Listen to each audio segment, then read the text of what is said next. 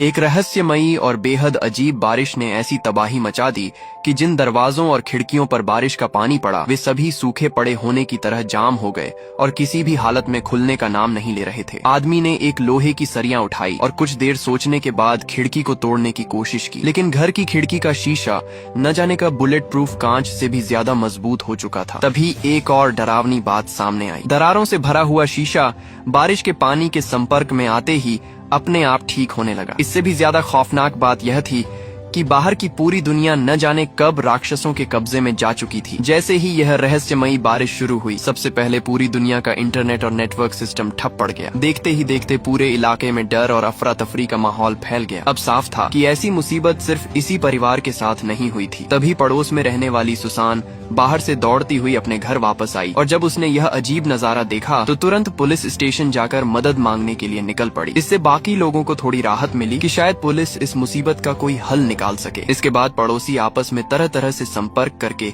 जानकारी साझा करने लगे। किसी को लगा कि यह सेना का कोई नया और खतरनाक हथियार है, तो किसी का मानना था कि एलियंस ने पृथ्वी पर हमला कर दिया है। फिलहाल घर के अंदर रहना सुरक्षित लग रहा था, लेकिन जेसन पहले से ही किसी बड़ी आपदा की तैयारी करना जानता था। उसने घर में रखी पिस्तौल को भी तैयार करके अपने पास रख लिया। रात काफी गहरी हो चुकी थी, लेकिन मदद लेने के लिए पुलिस स्टेशन गई सुसान अभी तक वापस नहीं लौटी थी। जेसन को चिंता होने लगी, इसलिए उसने इलेक्ट्रिक ड्रिल उठाई और दरवाजे में छेद करने की कोशिश शुरू कर दी। लेकिन ड्रिल की एक के बाद एक कई बिट टूट गईं और दरवाजे का लॉक जरा भी नहीं हिला। इससे भी ज्यादा डरावनी बात यह थी कि जिस जगह पर ड्रिल से छेद किया गया था, बारिश का पानी मानो उसे अविश्वसनीय गति से दोबारा भरकर ठीक कर रहा था। जेसन ने गुस्से और मजबूरी में घर की दीवारों से लेकर फर्श तक सब कुछ तोड़कर देख लिया, लेकिन कोई फायदा नहीं हुआ। यह बारिश मानो एक ऐसी अभेद्य दीवार बन चुकी थी जिसने उनके घर को बाहरी दुनिया से पूरी तरह सील कर दिया था। ऐसी चीज इंसानी तकनीक की पहुंच से बिल्कुल बाहर थी। अगली सुबह जैसे ही पति पत्नी की नींद खुली,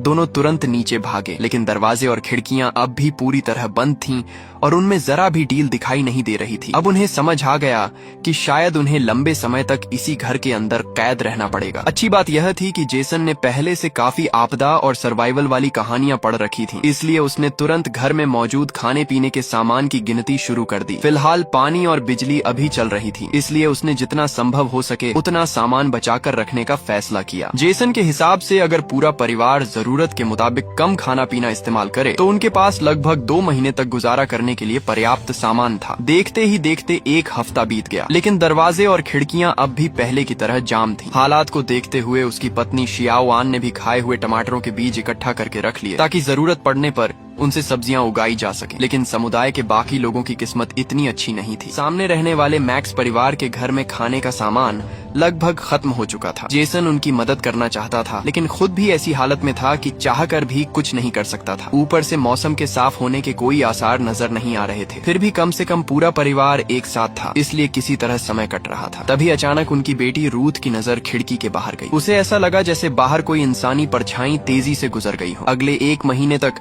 रूथ ने एक अजीब चीज नोटिस की। जब भी बारिश बहुत तेज होती, वही रहस्यमयी परछाई बाहर दिखाई देने लगती। लेकिन हैरानी की बात यह थी कि घर में शायद सिर्फ रूथ ही उस परछाई को देख पा रही थी। धीरे धीरे घर का राशन भी खत्म होने लगा। शियाओ आन ने सब्जियों के बीज मिट्टी में बो दिए थे, लेकिन उन्हें तैयार होने में अभी काफी समय बाकी था। एक रात जब पति पत्नी को काफी समय बाद कुछ पल अकेले बिताने का मौका मिला, तो दोनों ने सोचा कि क्यों न एक और बच्चा पैदा करने की कोशिश की जाए। लेकिन तभी उन्हें एहसास होने लगा कि शायद अब इस दुनिया पर इंसानों का राज नहीं रहा था। देखते देखते क्रिसमस का दिन आ गया। हालात इतने खराब थे कि वे बच्चों के लिए कोई नया तोहफा तक नहीं ला सकते थे, लेकिन उनके बड़े बेटे ग्रे ने बेहद प्यार से घर में उगे पहले टमाटर को अपनी माँ को तोहफे में दे दिया। ये सिर्फ एक टमाटर नहीं था, बल्कि इस बात का संकेत था कि परिवार धीरे धीरे खुद अपने लिए खाना उगाने की दिशा में एक कदम और आगे बढ़ चुका था। लेकिन तभी रूथ ने डरते हुए सामने वाले मैक्स परिवार के घर की तरफ देखा। उसे लगा कि वहाँ कुछ गड़बड़ हो रही है। लगातार भूखे रहने की वजह से वह बुजुर्ग दंपति अब खुद को संभालने की हालत में नहीं थे। उसी रात बाहर तेज बारिश के साथ बिजली चमक रही थी और चारों तरफ गरजने की आवाजें सुनाई दे रही थीं। तभी रूथ को लगा कि बाहर से कोई बेहद अजीब आवाज आ रही है। शियाओ आन ने जब ध्यान से देखा तो उसे समझ आया कि बाहर खड़ी वह औरत कोई और नहीं बल्कि सुसान थी, जो आपदा शुरू होने वाले दिन मदद मांगने के लिए घर से बाहर गई थी। लेकिन 1 महीने तक गायब रहने के बाद वह इस हालत में कैसे पहुंच गई थी, ये किसी की समझ से बाहर था। तभी जेसन ने घबराकर तुरंत खिड़की के पर्दे बंद कर दिए। क्या बाहर सच में कोई राक्षस छिपा हुआ था? पूरे परिवार में शायद सिर्फ रूथ ने उस राक्षस का असली चेहरा देखा था, और ऐसा लगता था कि वह रहस्यमयी जीव सिर्फ तभी बाहर दिखाई देता था जब आसमान से मूसलाधार बारिश हो रही होती थी। दिन बीतते गए और घर के अंदर बंद रहना उनके लिए सबसे बड़ी सजा बन गया। अब उनके सामने सबसे बड़ा दुश्मन भूख या डर नहीं, बल्कि लगातार बढ़ती हुई बोरियत थी। तभी अचानक चिमनी के अंदर से जोरदार धमाके की आवाज आई। दरअसल चिमनी का ढक्कन टूटकर नीचे गिर गया था। रूथ को लगा कि शायद अब इसी चिमनी के रास्ते घर से बाहर निकला जा सकता है, लेकिन जेसन अच्छी तरह जानता था कि चिमनी की संकरी पाइप के अंदर से किसी बड़े इंसान का निकलना लगभग नामुमकिन था। इसके बाद जेसन और ग्रे ने मिलकर एक साधारण सा पुली सिस्टम तैयार किया। उन्होंने एक मजबूत फीते की मदद से रूथ को धीरे धीरे चिमनी के अंदर उतारना शुरू किया। लेकिन यह पुराना मकान काफी समय से जर्जर हालत में था, और खासकर चिमनी के आसपास की ईंटों की दीवार बुरी तरह कमजोर हो चुकी थी। उसमें एक बहुत बड़ा हिस्सा दरक कर खुल चुका था। सभी लोग अभी इस बात से खुश भी नहीं हो पाए थे कि उन्हें बाहर निकलने का रास्ता मिल सकता है। तभी अचानक उनके कानों में कुत्ते के दर्द से चीखने की आवाज पड़ी। दरअसल वह कुत्ता काफी समय से अपने दिल को सही तरीके से चलाने के लिए दवाइयों पर निर्भर था, लेकिन घर में उसकी सारी दवाइयां खत्म हो चुकी थी। दवा न मिलने के कारण उसकी हालत बेहद खराब हो गई थी और वह भयंकर दर्द में तड़प रहा था। कुत्ते को इस हालत में देखकर जेसन ने चुपचाप शियावान को इशारा किया कि वह बच्चों को वापस बेडरूम में ले जाए। शियावान अपने पति की मंशा समझ चुकी थी। उसने तुरंत टीवी की आवाज पूरी तरह तेज कर दी ताकि बच्चों को बाहर से आने वाली किसी भी आवाज का पता न चले। इसके बाद जेसन ने अपनी पिस्तौल निकाली और उस कुत्ते को हमेशा के लिए उसकी तकलीफ से आजाद कर दिया। कई सालों से उनके साथ रहने वाले उस वफादार कुत्ते को खाना बनाकर खाने का ख्याल ही उनके लिए बेहद दर्दनाक था। लेकिन हालात अब ऐसे हो चुके थे कि जेसन के पास कोई दूसरा विकल्प नहीं था। उसने आखिरकार कुत्ते के शरीर को काटकर उसके हिस्से अलग किए और उन्हें फ्रिज में रख दिया। शायद आने वाले दिनों में यही उनके पूरे परिवार का आखिरी भोजन बन सकता था। जब से जेसन को पता चला था कि मूसलाधार बारिश के दौरान बाहर कोई रहस्यमयी राक्षस दिखाई दे सकता है, तब से वह हर बार घर की सभी खिड़कियों के पर्दे पूरी तरह बंद कर देता था। लेकिन तभी रूथ की नजर बाहर पड़ी और उसने देखा कि घर के बाहर अभी भी एक गमले में लगा हुआ पौधा रखा हुआ था। इस बार भी किस्मत ने उनका साथ दिया और वे बाल बाल बच गए। अब समय तीसरे महीने में पहुंच चुका था और खाने की कमी उनके सामने सबसे बड़ी समस्या बन चुकी थी। घर के अंदर धीरे धीरे निराशा फैलने लगी थी। अगर जल्द ही खाने का कोई नया स्रोत नहीं मिला तो पूरे परिवार का खत्म होना तय था। तभी जेसन की नजर घर के बाहर घूम रहे कुछ जानवरों पर पड़ी और उसके दिमाग में अचानक एक खतरनाक लेकिन बेहद काम का विचार आया। अपने हाथों से चीजें बनाने की बेहतरीन काबिलियत का इस्तेमाल करते हुए उसने स्केटबोर्ड और लोहे के दांतेदार रेक की मदद से एक जाल तैयार किया। उसने कुत्ते के बचे हुए मांस को चारे के तौर पर इस्तेमाल किया और चिमनी के रास्ते उस छोटे से शिकार पकड़ने वाले उपकरण को घर के बाहर पहुंचा दिया। जैसा कि जेसन ने उम्मीद की थी, कुछ ही देर में आसपास घूमने वाले छोटे जानवर उस मांस की गंध सूंघकर जाल के पास आने लगे। लेकिन पहली कोशिश में उन्हें ज्यादा सफलता नहीं मिली, इसलिए जेसन ने बार बार अपने बनाए जाल में सुधार किया। आखिरकार करीब आधे महीने की लगातार कोशिशों के बाद उनके हाथ एक छोटा सा शिकार लगा और परिवार को लंबे समय बाद दोबारा प्रोटीन वाला खाना नसीब हुआ। इतने लंबे समय के बाद मांस का एक टुकड़ा मिलना उनके लिए किसी चमत्कार से कम नहीं था और पूरे परिवार के अंदर एक बार फिर उम्मीद जाग उठी। अब उन्हें यकीन हो गया था कि बाहर निकलने की कोशिश करना बेवकूफी होगी, इसीलिए उन्होंने इसी घर को हमेशा के लिए अपना ठिकाना मान लिया। यहाँ तक कि घर का फर्श भी उखाड़ दिया गया और उसमें पौधे उगाने शुरू कर दिए गए। अब घर की हर चीज का सिर्फ एक ही मकसद रह गया था, किसी भी कीमत पर जिंदा रहना। लेकिन कुछ ही समय बाद एक और बड़ा संकट सामने आ गया। 3 महीने से किसी तरह चल रही बिजली आखिरकार पूरी तरह बंद हो गई। हालांकि बिजली जाने की समस्या जेसन के परिवार के लिए उतनी बड़ी चुनौती नहीं थी, क्योंकि इतने लंबे समय तक बंद रहकर उन्होंने जीने के लगभग हर जरूरी तरीके को सीख लिया था। वे पहले ही अपने सर्वाइवल स्किल्स को पूरी तरह इस्तेमाल करना सीख चुके थे। इसी तरह समय गुजरता गया और देखते ही देखते 5 साल बीत गए। अब पूरा परिवार अपने दम पर जीने वाली इस जिंदगी का पूरी तरह आदी हो चुका था। दोनों बच्चे भी अब बड़े होकर जवान हो चुके थे, लेकिन किशोरावस्था में पहुंचते ही दोनों का स्वभाव काफी विद्रोही और चिड़चिड़ा होने लगा था। आखिर जिस उम्र में बच्चों को बाहर जाकर खेलना, दोस्तों से मिलना और दुनिया देखनी चाहिए। उस उम्र में उन्होंने 5 साल एक बंद घर के अंदर गुजार दिए थे। ऐसे माहौल में पले बढ़े किसी भी बच्चे का स्वभाव सामान्य रहना मुश्किल था। तभी बाहर आसमान में बिजली चमकने लगी और जोरदार गरज सुनाई देने लगी। हमेशा की तरह जेसन और उसके परिवार को तुरंत घर की सभी खिड़कियों और दरवाजों को ढकना पड़ा। इन 5 सालों में जेसन की सावधानी बेवजह नहीं थी। अब वह अच्छी तरह समझ चुका था कि बाहर मौजूद ये खतरनाक जीव सिर्फ बारिश को नियंत्रित करने की क्षमता नहीं रखते, बल्कि वे जगह जगह घूमकर बचे हुए इंसानों का शिकार भी कर रहे थे। उस दिन भी एक राक्षस उनके घर के बाहर मौजूद था और जाने का नाम नहीं ले रहा था। उसे काफी देर तक बाहर खड़ा देखकर शियाओ आन को घर में रखी पिस्तौल याद आ गई। वह चुपचाप ऊपर जाकर उसे लेने की तैयारी करने लगी। तभी जेसन को लगा कि शायद अब ग्रे इस जगह से बाहर निकलने में सफल हो सकता है। लेकिन तभी रूथ ने राक्षस के शरीर से टपक रहे एक अजीब तरल पदार्थ पर ध्यान दिया। उस तरल में काफी ज्यादा नमक था और वह बिल्कुल समुद्र के पानी जैसा लग रहा था। रूथ के दिमाग में तुरंत एक सवाल आया, क्या ये राक्षस समुद्र के अंदर से आए हैं? तभी अचानक घर के बाहर से सूरज की एक किरण अंदर आई। पूरे 5 साल तक लगातार बारिश और अंधेरे में रहने के बाद पहली बार ऐसा लग रहा था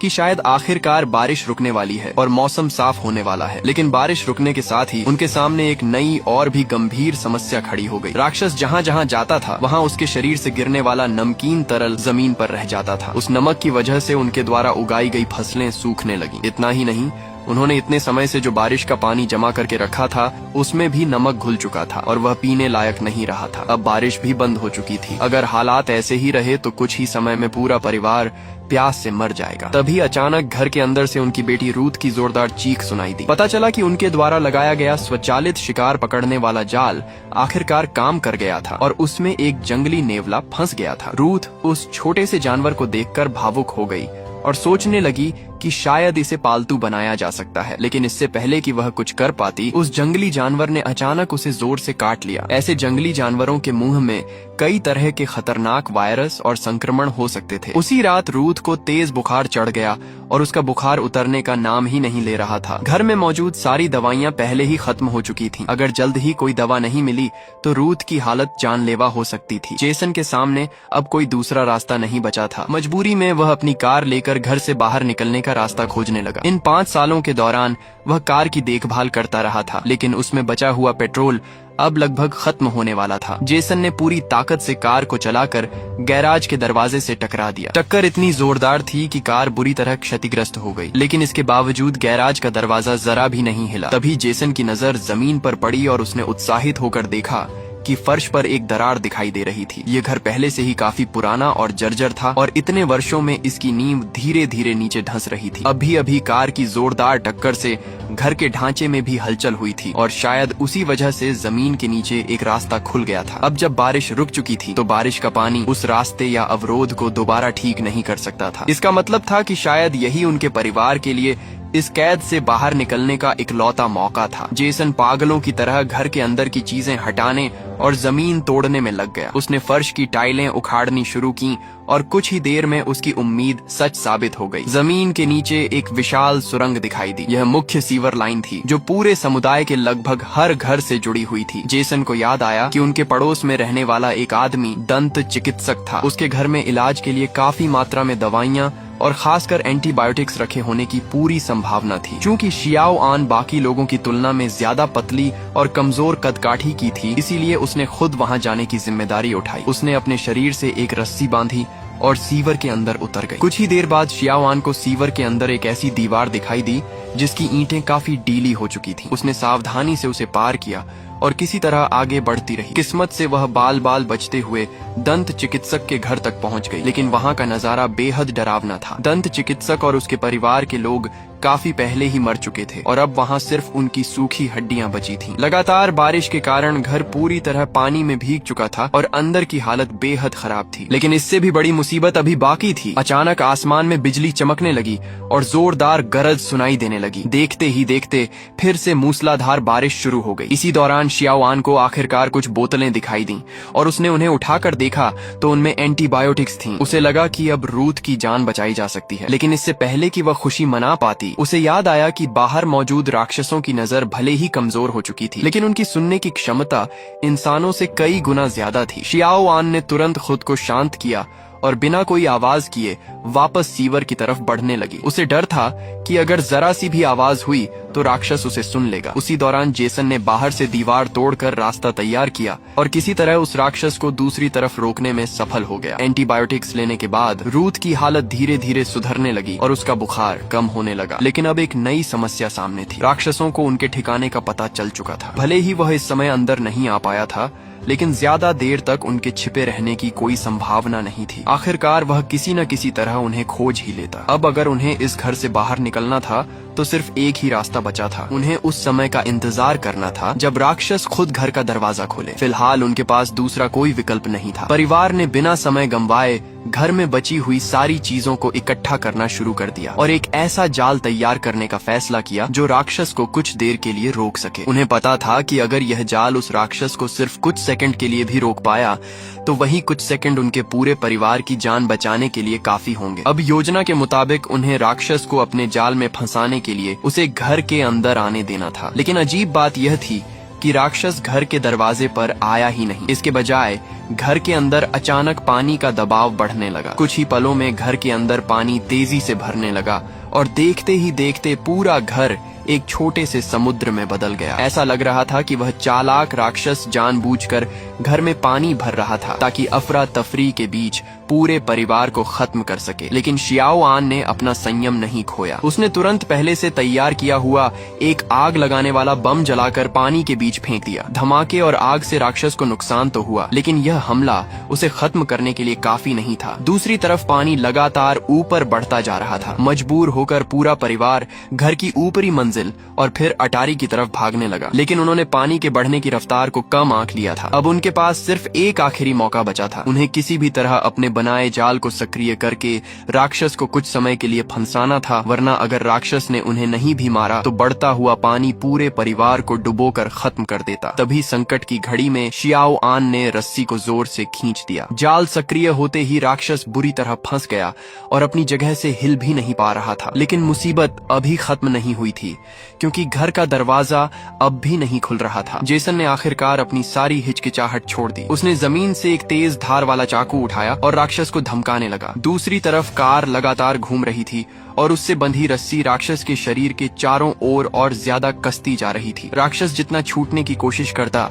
रस्सी उतनी ही कसती जाती। तभी अचानक रूथ ने जोर से चिल्लाकर कुछ कहा। क्या उसके सामने दिखाई दे रहा वह राक्षस वास्तव में वही था जिसे वे इतने वर्षों से समझते आए थे? दरअसल यह राक्षस शुरू से ही उन्हें नुकसान पहुंचाने नहीं, बल्कि इस जगह से बाहर निकलने में उनकी मदद करने की कोशिश कर रहा था। यह बात समझ आने के बाद जेसन कुछ देर तक असमंजस में खड़ा रहा। आखिरकार उसने फैसला किया कि अब वह रस्सी काट देगा। उसने चाकू उठाया और राक्षस को बांधने वाली रस्सी काट दी। पूरे 5 साल तक कैद रहने के बाद आखिरकार घर का वह दरवाजा खुल गया जिसे खोलने के लिए उन्होंने न जाने कितनी कोशिशें की थीं। आज पहली बार उनके सामने बाहर की दुनिया जाने का रास्ता खुला था। जेसन और उसका पूरा परिवार बिना एक पल गंवाए घर से बाहर भाग निकला। लेकिन बाहर निकलते ही उनके सामने जो नजारा आया उसे देखकर सभी के होश उड़ गए। अगले ही पल आसमान पूरी तरह साफ हो गया और 5 साल बाद आखिरकार सूरज की रोशनी धरती पर दिखाई दी। पूरा परिवार एक आरवी यानी कैंपर वैन की छत पर चढ़कर दूर तक देखने लगा। लेकिन सामने का दृश्य बिल्कुल वैसा नहीं था जैसा वे 5 साल पहले छोड़कर गए थे। दूर तक फैला पूरा शहर समुद्र के पानी में डूब चुका था। लगातार 5 वर्षों तक बिना रुके हुई मूसलाधार बारिश ने धरती का नक्शा ही बदल दिया था। जमीन का बहुत बड़ा हिस्सा पानी के नीचे जा चुका था और अब ऐसा लग रहा था कि आने वाले समय में बची हुई जमीन भी पूरी तरह खत्म हो जाएगी। इंसानों के रहने के लिए धरती लगातार छोटी होती जा रही थी। कुछ समय बाद जेसन और उसके परिवार को आखिरकार एक पाल वाली नाव मिल गई। 5 साल तक एक घर के अंदर कैद रहने के बाद अब उनके पास खुली दुनिया में दोबारा जीने का मौका था। उन्होंने अपनी नई जिंदगी शुरू करने के लिए समुद्र का रास्ता चुना और नाव पर सवार होकर आगे बढ़ गए। अब उनके सामने कोई बंद दरवाजा नहीं था, कोई कैद नहीं थी और न ही उस घर की चारदीवारी। जेसन और उसका परिवार आजाद हो चुके थे और अब वे इसी विशाल समुद्र के बीच अपनी जिंदगी की एक नई शुरुआत करने वाले थे।